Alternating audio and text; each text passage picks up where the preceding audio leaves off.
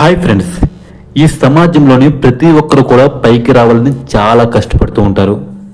అయితే కొన్నిసార్లు ఎంత కష్టపడినా సరే మనం పడిన కష్టాన్ని మనం తినడానికి ఎవరో ఒకరు అడ్డుపడుతూ ఉంటారు. పవన్ కళ్యాణ్ విషయంలో కూడా సరిగ్గా అదే జరుగుతుంది. తన యొక్క అభిమానుల కోసం తను చాలా కష్టపడి సినిమాలు తీస్తూ ఉంటాడు. ఈ కష్టపడి తీసినటువంటి సినిమా హిట్టా ఫట్టా అనే విషయం పక్కన పెడితే, హిట్ అయితే డబ్బులు వస్తాయి, సినిమా కనుక ఫ్లాప్ అయితే డబ్బులు పోతాయి, అది వేరొక విషయం.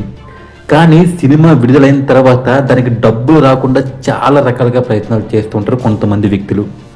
అప్పట్లోని వకీల్ సాబ్ సినిమాకి, భీమ్లా నాయక్ సినిమాకి కూడా అదే జరిగేది. సరిగ్గా పవన్ కళ్యాణ్ సినిమా రిలీజ్ అవుతున్నప్పుడే ఈ సినిమా టికెట్ల ధరలు తగ్గిపోతూ ఉండేవి. ఈ వైసీపీ గవర్నమెంట్ కావాలని చేసేదో, ప్రజలకు మంచి చేయాలని చేసేదో తెలియదు, కానీ పవన్ కళ్యాణ్ సినిమా రిలీజ్ అయితే మాత్రం సినిమా టికెట్లు అమాంతం తగ్గిపోయేవి. ఈ విధంగా పవన్ కళ్యాణ్ కష్టపడినప్పుడు కూడా తనకు ఆ ప్రతిఫలం అనేది దక్కేది కాదు. అదేవిధంగా రాజకీయాలు కూడా అదే పరిస్థితి పవన్ కళ్యాణ్ది. జనాలు ఓట్లు వేస్తారా వెయ్యరనేది విషయం పక్కన పెడితే, తనను నమ్ముకుని ఉన్న, తన పక్కనే ఉన్న తన స్నేహితులు అనుకున్నటువంటి ఈ బండ్ల గణేష్ గారు, ఆలీ గారు కూడా తనను వదిలి దూరంగా వెళ్ళిపోయారు. దీనివల్ల ఆయన చెప్పే మాటలకి జనాల్లో స్పందన రాకుండా పోయింది. అందువల్లే 2 చోట్ల కూడా ఆయన ఓడిపోవడం జరిగింది. ఆ తర్వాత ప్రజల కోసం ఆయన చేసినటువంటి సేవలు చూసి, ఆయనకి రాజకీయాల పట్ల ఉన్నటువంటి ఆసక్తి చూసి, ఆయన యొక్క దృఢమైన సంకల్పాన్ని చూసి ప్రజలు ఆయన్ని విజయుడిగా గెలిపించారు. అయితే ఈ విషయాన్ని పక్కన పెడితే, ఇలా ప్రతిసారి కూడా పవన్ కళ్యాణ్ గెలవడానికి ఏదో ఒక పెద్ద ప్రమాదాన్ని ఎదుర్కోవాల్సి వస్తుంది ఫ్రెండ్స్.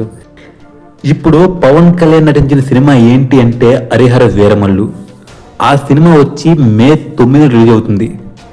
అయితే పవన్ కళ్యాణ్ సినిమా వచ్చి ఇప్పటికి దాదాపు 3 సంవత్సరాల పైన అవుతుంది. అప్పటి నుండి ఇప్పటి వరకు కూడా ఒక్క సినిమా కూడా పవన్ కళ్యాణ్ రాలేదు. అటువంటిది 3 సంవత్సరాల గ్యాప్ తీసుకొని, అది కూడా ఒక పండగ సీజన్ కూడా కాదు ఫ్రెండ్స్, ఒక సంక్రాంతి లేకపోతే దివాళీ, దసరాను, ఇటువంటి ఒక పండగ సీజన్ కూడా కాదు, ఒక సమ్మర్లోనే వస్తున్నాడు పవన్ కళ్యాణ్.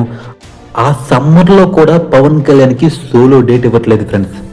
అలా అని చెప్పేసి మన తెలుగు వాళ్ళు కాకుండా కోలీవుడ్ నుంచో, శాండిల్వుడ్ నుంచో, బాలీవుడ్ నుంచో ఎవరో హిందీలో వచ్చి సినిమా రిలీజ్ చేస్తే అంత ఇంపాక్ట్ ఉండదు. కానీ ఒక తెలుగు హీరోనే పవన్ కళ్యాణ్కి పోటీగా వస్తున్నాడు. అది కూడా ఎవరో కాదు, పవన్ కళ్యాణ్ యొక్క అన్నగారిని, చిరంజీవి గారిని ఎంతగానో అభిమానించే రవితేజ. రవితేజకు కూడా తెలుగులో చాలా ఫ్యాన్ ఫాలోయింగ్ ఉంది.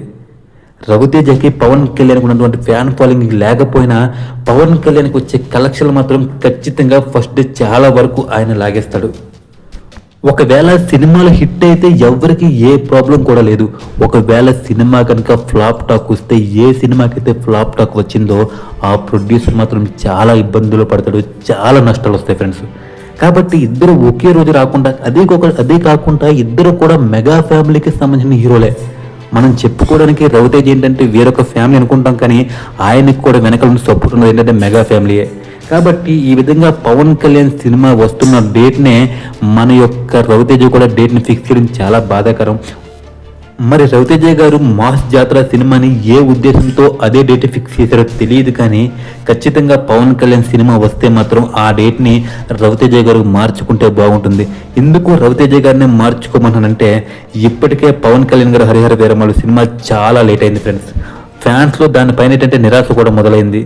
రవితేజ గారి సినిమా కాస్త లేట్ అయినా ఏం ఇబ్బంది లేదు, కాబట్టి ఖచ్చితంగా ఎక్కువ రోజులు కాకపోయినా కనీసం ఒక 5 days 6 days అనేది వెనక్కి వెళ్తే బాగుంటుంది. ఎందుకంటే ఇప్పటికే చాలా దెబ్బలు తిని కుటుంబ సభ్యుల నుండి కూడా మన యొక్క పవన్ కళ్యాణ్ గారు ఏంటంటే చాలా బాధతో ఉన్నారు. ఎందుకంటే ఈ మనవాడు, మన అల్లుడు అనుకున్న అల్లు అర్జున్ గారే వైసీపీకి సపోర్ట్ చేసి ఎంతో నెగిటివిటీని తన మూట కట్టుకున్నారు. అటువంటి నెగిటివిటీని మన యొక్క రవితేజ గారు మూట కట్టుకోకూడదని చెప్పేసి నా యొక్క ఉద్దేశం ఫ్రెండ్స్. 2 సినిమాలు కూడా బాగుండాలని చెప్పేసి కోరుకుంటున్నాను. ముందో వెనుకో రవితేజ గారు ఒక కొంచెం డేట్ని అడ్జస్ట్ చేసుకుంటే బాగుంటుందని చెప్పేసి నా యొక్క అభిప్రాయం friends. Thank you for watching. Thank you so much friends.